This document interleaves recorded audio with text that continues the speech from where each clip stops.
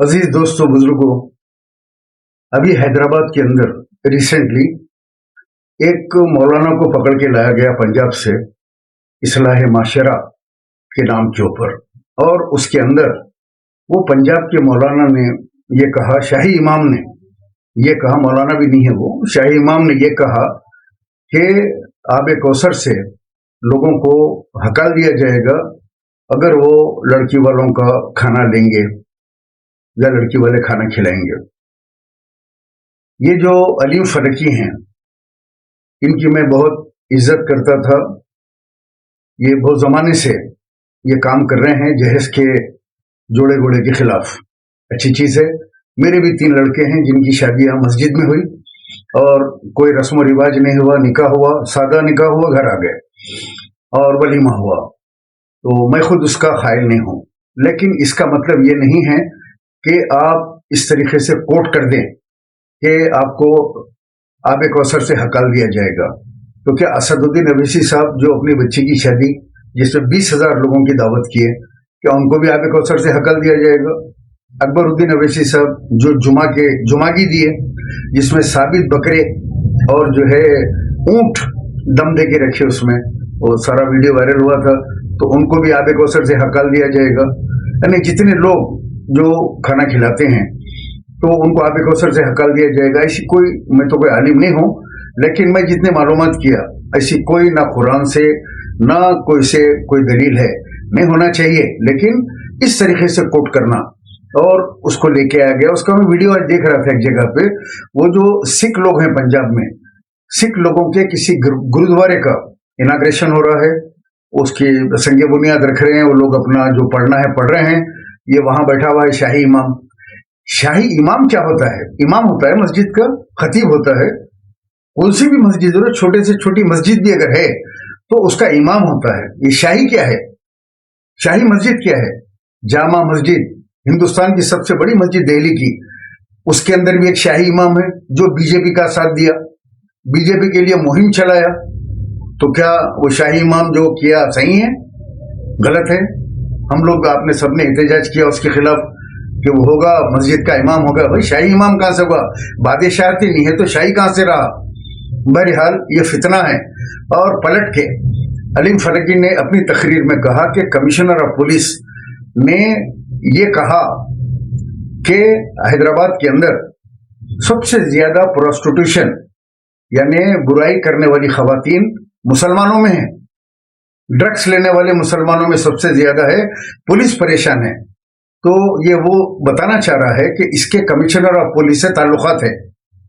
अगर मैं जाके अभी अगर केस बुक कर दूं कि किस कमिश्नर ने कहा, तो जेल की हवा खानी पड़ेगी तुझे।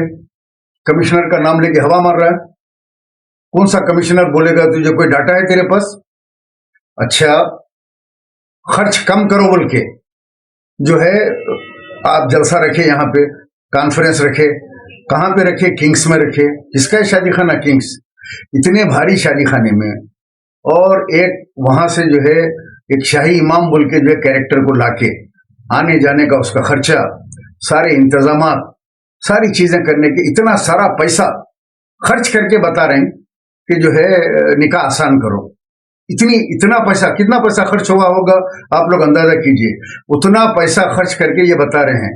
अलीम फरकी, कमिश्नर ऑफ पुलिस ने अगर कहा है तो तुम्हारे घर के हालत के बारे में कहा होगा कि तुम्हारे घर के अंदर औरतें प्रोस्टिट्यूशन का धंधा कर रही है।